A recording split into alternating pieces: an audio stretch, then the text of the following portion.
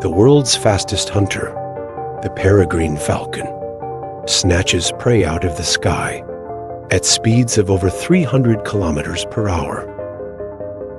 This breakneck speed gives these predators the element of surprise. It also lets them outmaneuver their prey.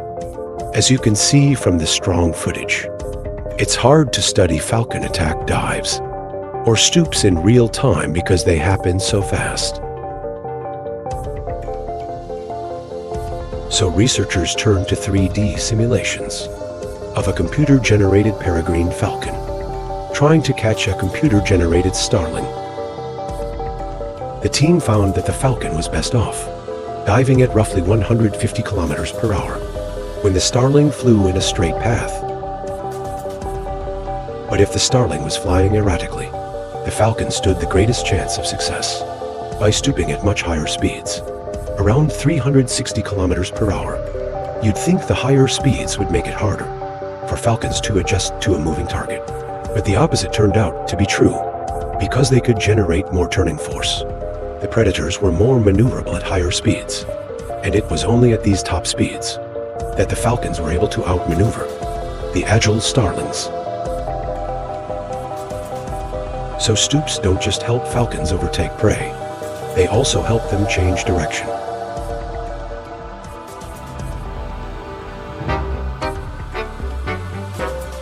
First, it scans for prey with its phenomenal vision.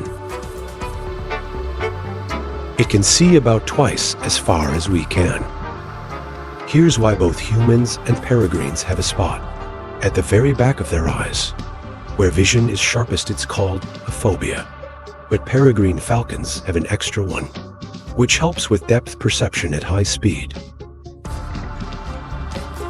That helps it lock onto its prey, or in this case, a lure the falconer is using to mimic a pigeon, trying to get away.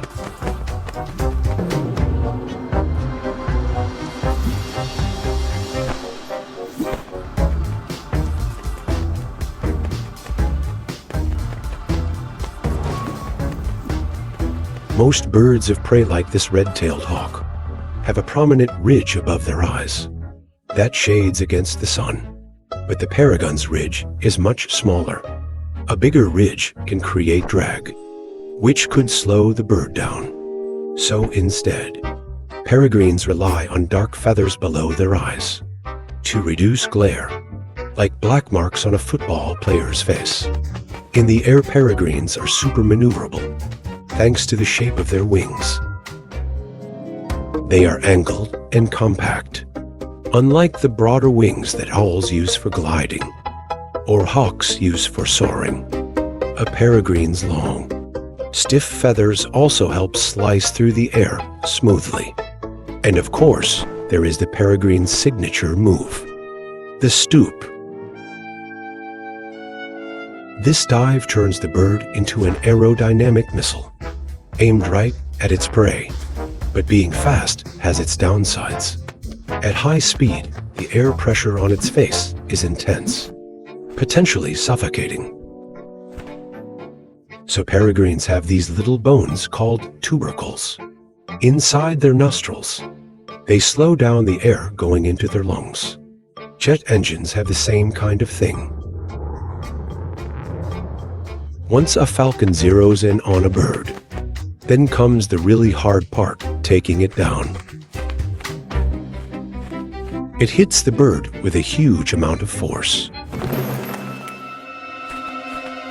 either knocking it to the ground or stabbing it with 8 razor-sharp talons. And if that doesn't do the job, peregrines have a special sharp notch on their beaks, known as a tumile tooth or killing tooth, to bite through the necks of their prey.